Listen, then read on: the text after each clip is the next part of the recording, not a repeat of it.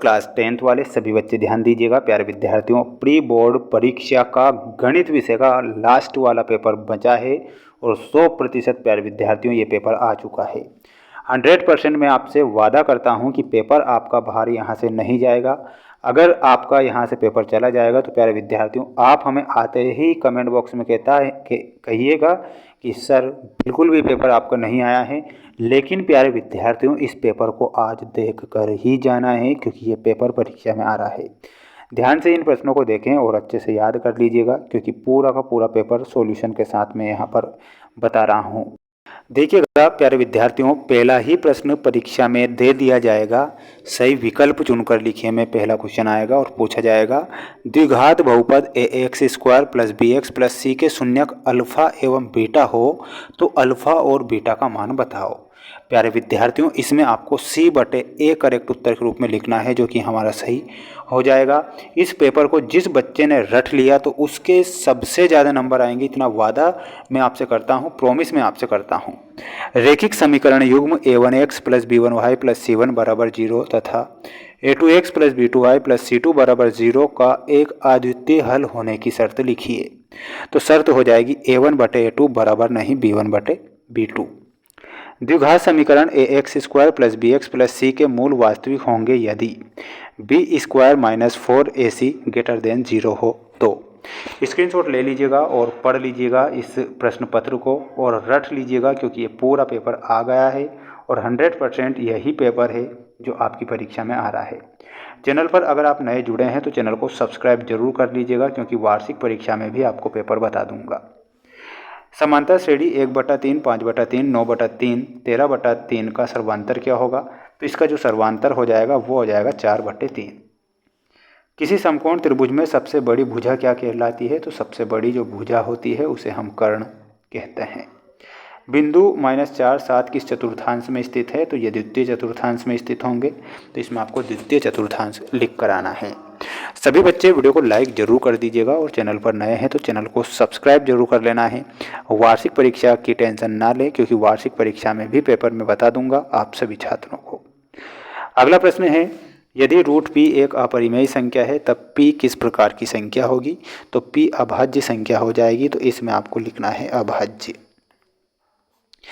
रेखीय बहुपद की घात होती है, तो रेखीय बहुपद की घात कितनी होती है? तो इसमें आपको 1 लिखना है।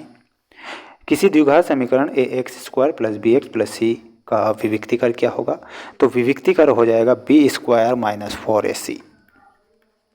अर्थमेटिक प्रोग्रेशन 7, 13, 19, 205 पदों तक हम जाएंगे तो टोटल पदों की संख्या 34 होगी, तो इसमें आपको 34 लिखना है। स्क्रीनशॉट ले लो, पढ़ लो, याद कर लो, क्योंकि पेपर अगर मैं बता रहा हूँ तो प्यारे विद्यार्थियों ये पेपर परीक्षा में आ रहा है 101%। सभी सर्वांग बहुभुज भी होते हैं, तो सभी सर्वांग बहुभुज समरूप होते हैं, तो इसमें आपको समरूप लिखना है। त्रिभुज आर वृत्त के एक त्रिज्यखंड जिसका कोण अंशों में थीटा के त्रिज्यखंड के क्षेत्रफल का सूत्र क्या होगा? तो इसका सूत्र हो जाएगा प्यारे विद्यार्थियों θ/360 × πr²। अगला क्वेश्चन देखिएगा। अगला क्वेश्चन ये आएगा आपकी परीक्षा में सत्य में, एक वृत्त की केवल 2 समांतर स्पर्श रेखाएं हो सकती है, तो ये आपको असत्य लिखना है।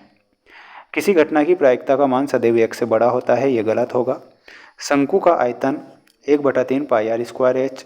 उन्नयन कोण सदैव एक न्यून कोण होता है, यह भी सत्य लिखना है। माध्यक बहुलक एवं माध्य में संबंध त्रिमाध्यक बराबर बहुलक + 2 माध्य होता है, यह भी सत्य लिखना है। E एवं E- परस्पर पूरक घटना है, तो यह भी आपको सत्य लिख कर आना है। अगला प्रश्न परीक्षा में आएगा, आप देख लो, ध्यान से पढ़ लो, रट लो, क्योंकि पेपर आपका बाहर नहीं जा रहा है आज। चतुर्थांश का क्षेत्रफल लिखी है, तो प्यारे विद्यार्थियों इसमें 1/4 πr² लिखना है। वर्ग का क्षेत्रफल होता है भुजा का वर्ग। अवनमन कोण अवनत कोण tan 30 डिग्री बटे कोट 60 डिग्री का जो मान होता है वो कितना होता है? 1 होता है, यानी कि option number B. sin² 20 degree + cos² 20 degree का मान 1 होता है, यानी कि f। cos थीटा बटे sin थीटा का मान होता है कोट थीटा, यानी कि a। ऐसे आपको मिलाना है। अब आप सभी छात्र स्क्रीनशॉट ले लो और पढ़ लो, याद कर लो।